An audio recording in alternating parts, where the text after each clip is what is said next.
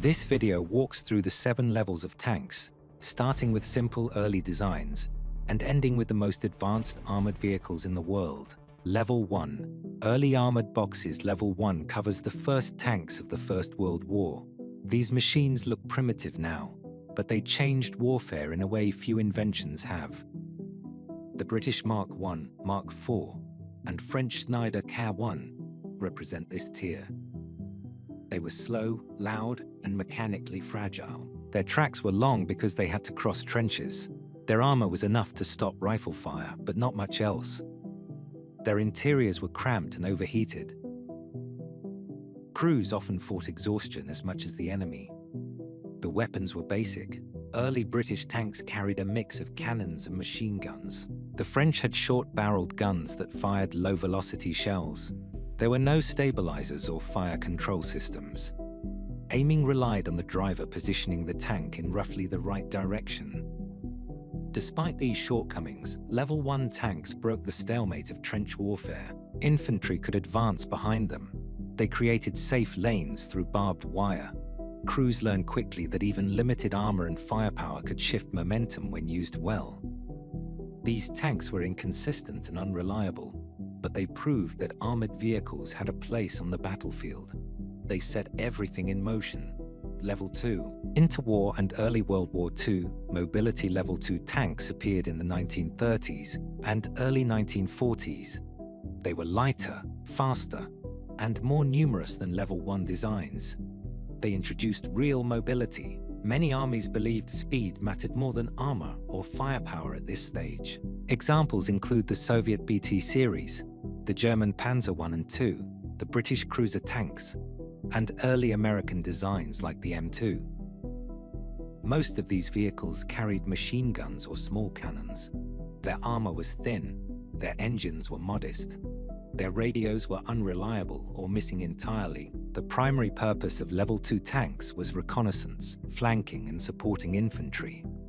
They worked best against unarmored or lightly armed targets. When used against better equipped opponents, they suffered. Even so, these early mobile tanks shaped doctrine. Armies experimented with combined arms tactics. They learned to integrate tanks with infantry, artillery, and aircraft. The idea of armored warfare began to form in a serious way. Level 2 tanks were transitional vehicles. They lacked the strength to dominate battles, but they provided the speed and mobility that future tank warfare would demand. Level 3. Breakthrough and medium tanks of World War II. Level 3 includes the tanks that defined World War II.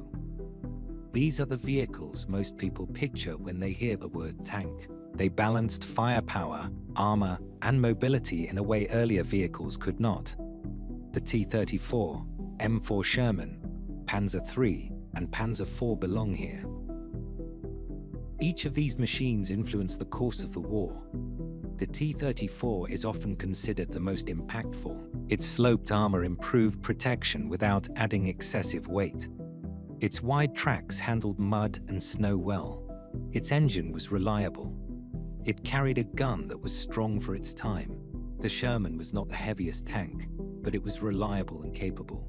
It was easy to produce and easy to maintain. Large numbers of them allowed coordinated, flexible operations. Panzer III and IV tanks shaped German armored doctrine early in the war. They were mechanically refined and suited for combined arms tactics. Level 3 tanks were not perfect. They struggled against heavier weapons introduced later in the war. Their optics, armor, and firepower were limited by the standards that would emerge later. But they were the first tanks able to fight effectively in a wide range of environments, while still maintaining speed. This level marks the arrival of the true medium tank. It also marks the point where tanks became central to modern warfare. Level 4. Heavy and specialized World War II. Armor Level 4 belongs to the heavier, more powerful tanks that appeared later in World War II. These machines pushed firepower and armor far beyond earlier designs, though at the cost of weight and mechanical reliability. Examples include the German Tiger I, Tiger II, the Soviet KV series, the IS-2, and the American M26 Pershing. These tanks carried larger guns. The Tiger I's 88mm cannon could knock out most Allied tanks at long ranges. The Tiger II was even more heavily armored, although it was slow and difficult to maintain. The Soviet IS-2 carried a massive 122mm gun. Its shell could destroy bunkers and fortifications. The M26 Pershing represented a shift toward heavier armor and more powerful guns in American design.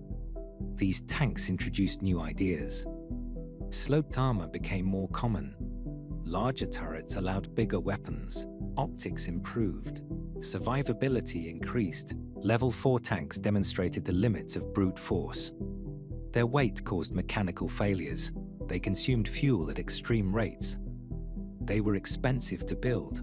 They were deadly when working, but resource-intensive. This level reflects an era when designers tried to overwhelm defenses with size and raw strength.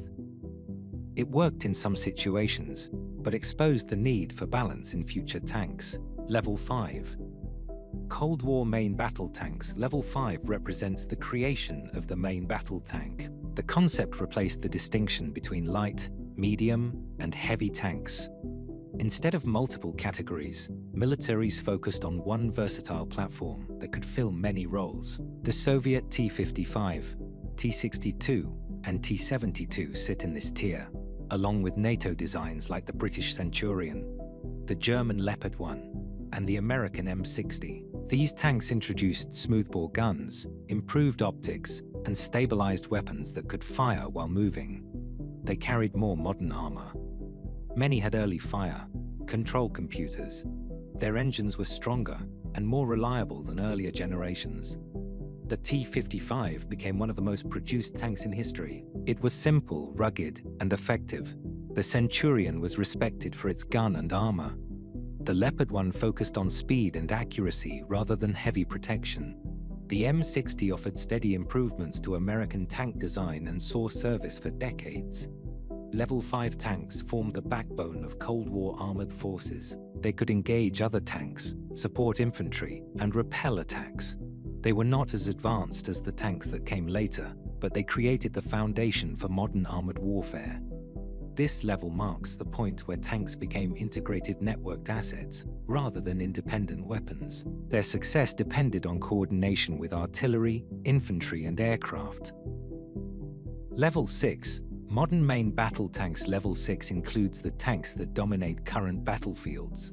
These machines combine heavy armor, powerful weapons, advanced electronics, and high mobility. The MUN-1 Abrams, Leopard 2, Challenger 2, T-90 South Korean K-2, and Israeli Merkava belong here. What sets these tanks apart is their balance. They carry advanced composite and sometimes reactive armor. They mount stabilized smoothbore guns that can fire kinetic penetrators, high explosive shells, and guided munitions. Their engines are powerful. Their fire control systems allow precise shots even at long range. While on the move, the Abrams uses a gas turbine engine that gives it strong acceleration. The Leopard 2 is known for its accuracy and mobility. The Challenger 2 is built around rugged construction and consistent performance. The Merkava focuses on crew survival, internal storage, and adaptability. The T-90 combines features from several earlier Soviet designs and adds improved protection. These tanks also benefit from thermal imaging, laser rangefinders, and battlefield management systems. Crews gain better awareness of their surroundings. They can identify threats quickly and coordinate with other units. Level 6 tanks are the result of decades of refinement. They represent the height of traditional armored warfare. They are built to survive and fight in complex environments against modern threats. Level 7.